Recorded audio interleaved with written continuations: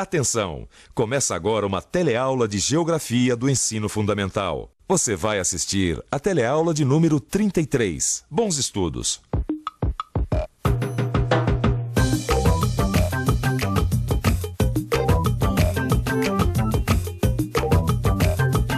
Terra do Fogo, Argentina. Depois de milhares de quilômetros, chegamos finalmente ao ponto final do rally, a Terra do Fogo, no sul da Argentina. Aprendi muito com essa longa viagem pela América e percebi uma coisa muito interessante.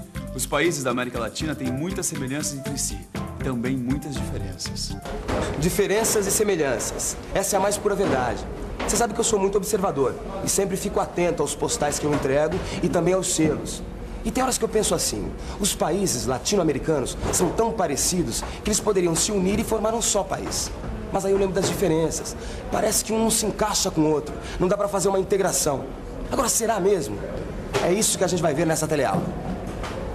Hoje vamos estudar as tentativas de integração econômica entre países da América Latina e ver quais as diferenças e semelhanças que existem entre esses países e como elas podem facilitar ou dificultar o processo de integração.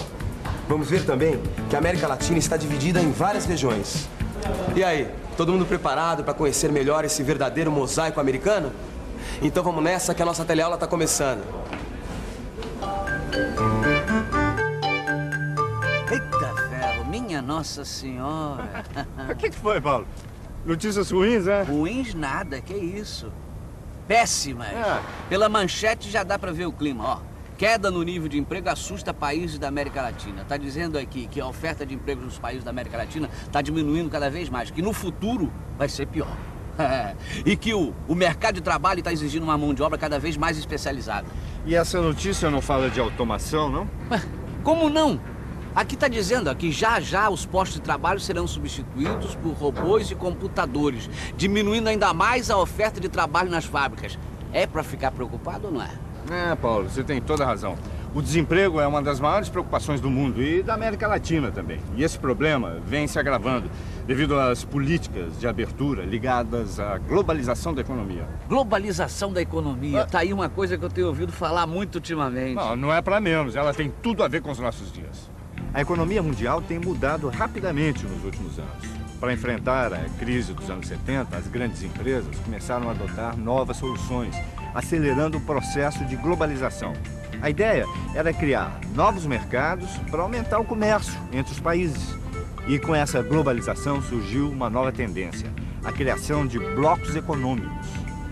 Essa tal da globalização da economia é fácil de entender. Graças a ela que a gente pode ver, por exemplo, um carro como este aqui, que é produzido no Japão, tem peças e componentes da Coreia e Singapura e está circulando em terras brasileiras.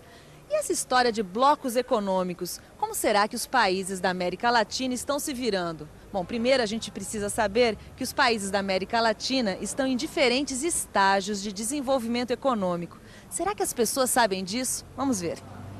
Você sabia que na América Latina existem países com diferentes estágios de desenvolvimento? Sei, perfeitamente. Sabia. Alguns um pouco mais desenvolvidos, outros um pouco mais atrasados. Argentina, bem desenvolvido. E Paraguai, pouco desenvolvido. Qual que é mais desenvolvido? Brasil, do que o Paraguai. Percebeu? A América Latina tem países mais industrializados e países menos industrializados. Vamos entender isso direito. Alguns países, como o Brasil, a Argentina, a Colômbia e o México, são países de industrialização recente. Todos eles têm um ponto em comum. Diante da crise de 1929, estes países aceleraram o processo de industrialização através da substituição das importações. Outro ponto em comum, em todos eles, o Estado teve grande participação nesse processo. A partir dos anos 50, estes países atraíram grandes empresas multinacionais que vinham de olho na mão de obra barata e no novo e crescente mercado consumidor. A alegria acabou nos anos 70, com uma crise mundial que acertou esses países em cheio. Com o aumento de suas dívidas, eles enfrentaram na década de 80 altos índices de inflação e a estagnação econômica. Não é à toa que os anos 80 ficaram conhecidos como a década perdida. Década perdida. Nem me fale daquela época. Minha fábrica quase foi para o espaço. Seu Hammer, mas O senhor se deu muito bem, né? Tá até ampliando a fábrica, tá exportando pro Paraguai, pro Peru. Trabalho, Maurício. Muito trabalho. Tá aqui a prova, seu Ramos. Engraçado, né? Todo mundo vive indo pro Paraguai para comprar coisas, o senhor vai vender justamente pro Paraguai, né? Eu nunca ouvi falar nisso. Pois fique sabendo, seu Neno, que o Paraguai é um grande comprador de produtos industrializados. Isso porque a indústria deles é muito pouco desenvolvida. Esses produtos que as pessoas compram no Paraguai são fabricados em outros países. Percebeu? É isso mesmo. Assim como existem países industrializados como o Brasil, a Argentina, a Colômbia e o México, a América Latina também tem países com baixíssimo índice de industrialização. Paraguai, Peru, Honduras e Haiti são alguns exemplos. Esses países apresentam uma economia baseada na exportação de produtos agrícolas e minerais, ou seja, uma economia extremamente frágil e dependente das variações do comércio. Resumindo, é o seguinte: na América Latina, a gente tem, de um lado, países de industrialização recente e, de outro, países de economia primária exportadora. Mas eu estive visitando o Peru e outros países e fique sabendo que, além dessas diferenças, também existem muitas semelhanças. Lima, Peru. Colega, o Seminário das Mulheres Latino-Americanas está sendo muito positivo. Mas para chegar ao local dos debates é uma loucura. Você não imagina como é o trânsito daqui, parece São Paulo. Aliás, Lima tem muitas coisas em comum com as cidades brasileiras. O crescimento excessivo, o desemprego, a economia informal, as favelas e por aí vai. Bueno, yo acho que el mayor problema que eles têm é a falta de dinheiro, né? A injustiça social e tudo que isso gera, a falta de emprego, a fome, a falta de educação, a falta de higiene y todo más. Bueno, yo creo que el principal problema es la falta de compromiso de nuestros gobernantes con el conjunto, con la sociedad. Bien, a mí me parece que la injusticia social que existe en todos los países está en todos ellos. Entonces la falta de educación, el desempleo, que me parece que es fuertísimo en todos los países. Yo creo que pobreza, analfabetismo. Na verdade, os brasileiros, argentinos, colombianos, bolivianos, enfim, todos os latino-americanos enfrentam problemas em comum. O inchamento das cidades, que está totalmente relacionado à diminuição das condições de sobrevivência no campo, a economia informal, que é uma consequência do desemprego, o analfabetismo e a grande dívida social, que pode ser percebida nas péssimas condições da saúde pública e nas condições habitacionais. Bom, com tantos problemas em comum, será que a América Latina nunca pensou em se unir para ganhar forças e enfrentar todos esses desafios? Você já ouviu falar de alguma pessoa que tentou unificar a América Latina? Conozco, foi Simón Bolívar. Sí, Simón Bolívar. Sí, Simón Bolívar. E você, conhece Simón Bolívar? Eu conheço. Eu vi vários selos onde Simón Bolívar aparece. E não é para menos. Além de participar da independência de diversos países do nosso continente, ele também propôs a união dos países latino-americanos, que tinham sido colônias espanholas. A gente sabe que isso aí não deu certo. É por isso que a América Latina é um verdadeiro mosaico, formado por um grande número de países.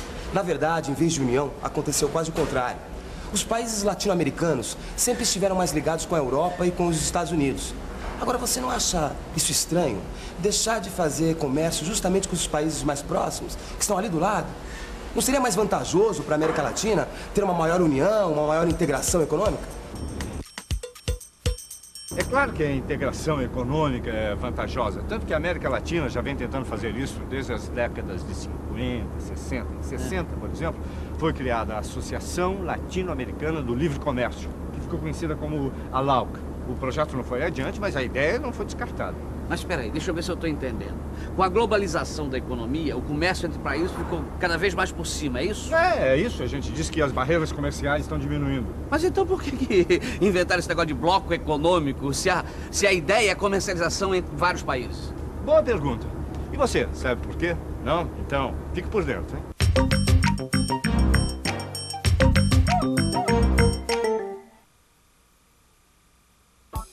Com a intensificação do comércio mundial, o mercado tem ficado cada vez mais competitivo. E é por isso que os países se unem em blocos para aumentar a produção e obter vantagens da produção em escala. Ou seja, é para vender mais que os Estados Unidos, o Canadá e o México, por exemplo, formaram um bloco econômico. A Europa, outro. É isso mesmo, a formação de blocos econômicos é uma tendência mundial. E é claro que o Brasil e seus vizinhos sul-americanos não podiam ficar fora desta. Olha só que coisa curiosa, né? O Brasil, na hora de fazer comércio, sempre esteve mais voltado para o Atlântico. Inicialmente com a metrópole Portugal, depois com a Inglaterra, finalmente com os Estados Unidos. Ou seja, sempre ficou de costas para os seus vizinhos, né? Não mais, Neno, não mais. O Brasil tem aumentado seu comércio com os países latino-americanos. A minha empresa mesmo é um exemplo disso. Os meus melhores clientes são os nossos países vizinhos. Isso é um fato. O comércio com os países latino-americanos tem aumentado. Mas é bom não esquecer que uma das características que identificam a América Latina é justamente a sua dependência da economia mundial, ou seja, do comércio com outros países, principalmente os Estados Unidos. Outra coisa que dá uma certa unidade à América Latina é a sua dívida social. Mas atenção, mesmo tendo essa unidade e essas semelhanças, a América Latina pode ser dividida em regiões. São 3 regiões que você vai conhecer agora. O que você imagina quando você vê a foto de um lugar como este aqui? Bom, muita gente bonita, passeios interessantes. Bom, imagino o verão, férias. Pessoas bonitas, locais interessantes. Você gostaria de ir para um lugar assim? Oh, se fosse agora, não precisava nem mala. Sem dúvida. Quem não imagina viver numa paisagem dessa? E você gostaria de passar uns dias numa região como essa aí? Sim, gostaria. Muito. E você gostaria de passar uns dias na região do Caribe? O Caribe é uma região da América Latina marcada pela fragmentação, ou seja, uma região com grande número de países. Boa parte deles tem economia baseada na exportação de produtos tropicais, no turismo e no refúgio de capitais externos.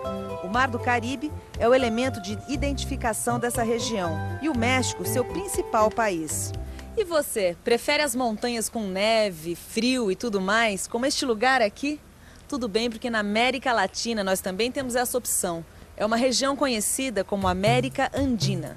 Essa região tem como marca registrada a Cordilheira dos Andes, que influencia a vida econômica e cultural de quem vive por lá. A Bacia Amazônica também faz parte dessa região e é uma ligação natural com o Brasil. E a América Latina tem ainda outra região, o Cone Sul. Essa região tem de fato a forma de um cone e por isso o seu nome. A maior parte dela tem clima subtropical e predomina a população de origem europeia. A Argentina é o país polarizador da região. Seguindo a tendência mundial de formação de blocos econômicos, os países do Cone Sul assinaram um tratado de cooperação econômica chamado Mercado Comum do Sul, ou Mercosul. Em 2007, os países sul-americanos iniciaram o processo de criação da União Sul-Americana de Nações, UNASUL, que representa uma aproximação entre a comunidade andina e o Mercosul. Criciúma, Santa Catarina. Minha confecção vai de vento em popa. Graças ao Mercosul, estamos para fechar um contrato com a Argentina. Tenho que me preparar para uma reunião amanhã. Vou fazer uma revisão de todos os pontos do contrato para não esquecer de nada. Você sabe como eu sou. Não faço nada sem dar uma boa revisadinha antes. E atenção, se liga aí que é hora da revisão. Na teleaula de hoje, você viu que o processo de globalização da economia tem diminuído as barreiras comerciais e confirmado uma nova tendência, a criação dos blocos econômicos. Viu que a América Latina tem seguido essa tendência de integração, apesar de suas diferenças, como os variados níveis de industrialização de seus países. Viu também que existem semelhanças, afinidades e vantagens que contribuem nesse processo de integração latino-americano. Por último, viu que a América Latina pode ser dividida em 3 regiões: o Caribe, a América Andina e o Cone Sul. E que os países que formam esse último participam de um tratado de integração econômica que ficou conhecido como Mercosul. Mercosul, beleza. Pra mim, quanto mais comércio, melhor. Tchau. E para quem quer aprender, quanto mais estudo, melhor. Por isso, mete bronca aí nos estudos. Até a próxima, hein? Tchau. Tchau.